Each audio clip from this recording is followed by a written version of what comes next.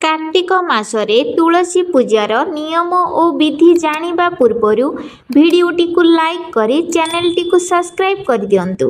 Number 1 प्रतिदिन जल क्षीर और हलदी मिसाई तुलसी मूलरे अर्पण करिबा द्वारा लक्ष्मी नारायण प्रसन्न होइथांती।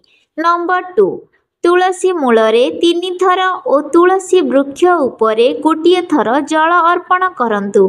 नंबर 3 भोग और धूप दीप अर्पण करिबा परे माता तुलसी को 4 थर परिक्रमा करंतु। नंबर 4 प्रतिदिन तुलसी मां को पाखरे दीप लगाइबा द्वारा मृत्यु परे वैकुंठ धाम रे स्थान मिली थाए। नंबर 5 रविवार और द्वादशी तिथि को छाड़ी प्रतिदिन तुलसी मूलरे जल और क्षीर अर्पण करंतु।